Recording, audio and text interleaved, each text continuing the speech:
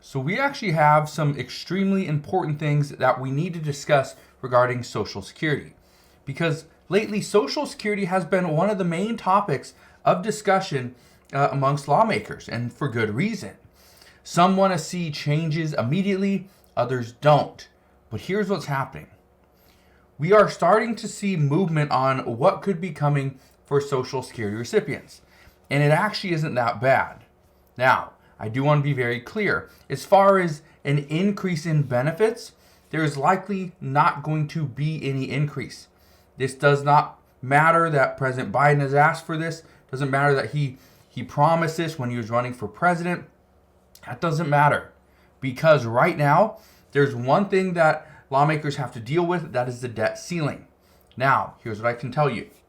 Initially, many people assumed that Social Security was going to see a bunch of cuts, simply because that's what Republicans have threatened.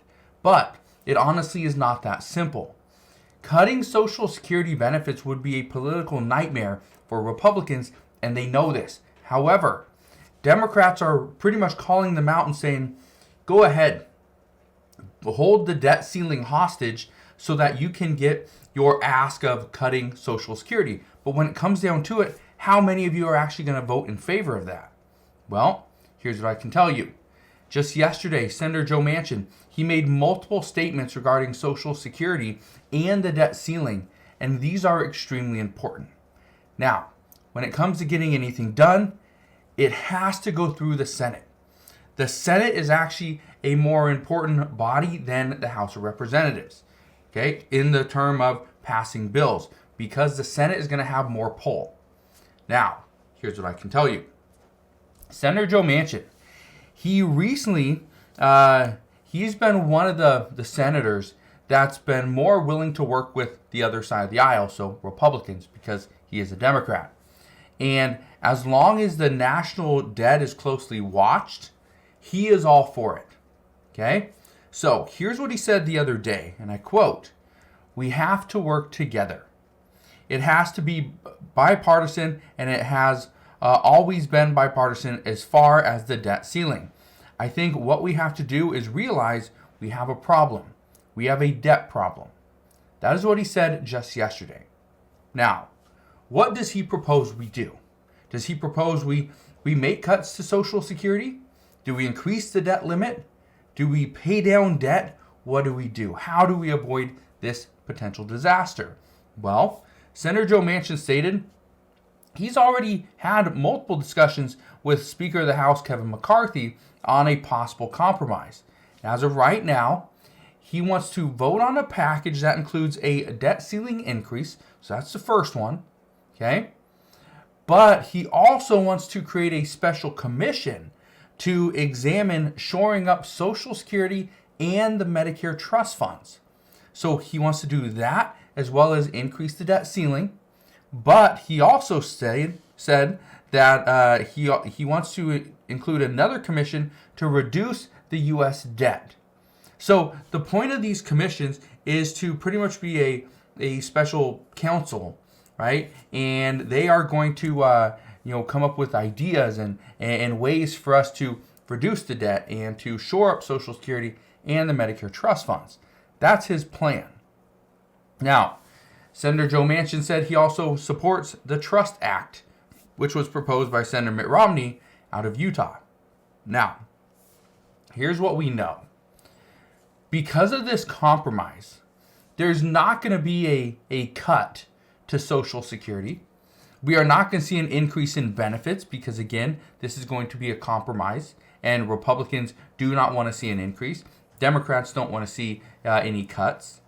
But here's what you need to understand, that the main thing here is Social Security has to have a plan so that they don't become insolvent in 2034. And from what most lawmakers are saying is that they are currently looking at many different options. Now, I bring all this up at a very important time. Today, we are actually getting a bunch of reports from France that people are striking all over the country. All of this is as a result of the government's plan to raise the retirement age.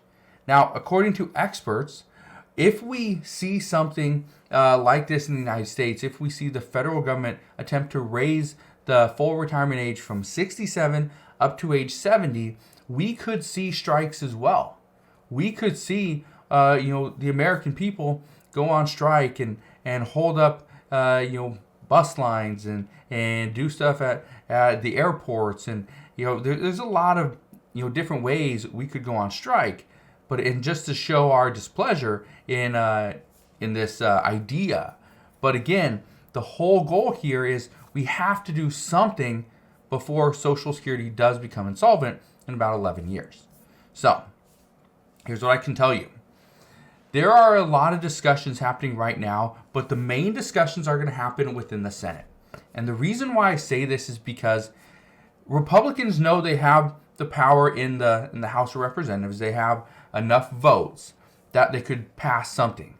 However, Democrats believe that not enough Republicans would come forward and vote to make a cut to Social Security or Medicare.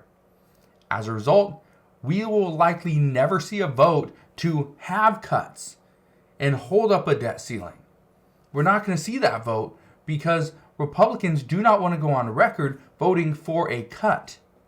Okay? So again, this is good news for Social Security recipients, and I also wanted to bring this up because I got a lot of questions over the past about month from people asking, hey, I'm right there on the edge of should I collect Social Security benefits or not? All right? Some are 67, some are 66. You're right, getting close, and they're like, you know what? I should probably do this because if I don't, and they raise the age, that pushes me even further away from collecting benefits. Well, here's what I can tell you. As of right now, and again, I'm no Social Security expert. Okay, go and talk to a caseworker or something. But what you need to understand is, if there is a change, we are likely to have it's not going to happen immediately. So let me just put this into perspective. If we see a change this year, they probably would have voted on it last year. So if we see a vote on this year, chances are we're not going to see any changes until next year or the year after. That's at least according to multiple reports, is that nothing is going to take effect this year in 2023. Anything that happens will be pushed back at least 1 or 2 years. And the reason for this is simply what people are asking. Should I go and collect benefits just in case? Well, no.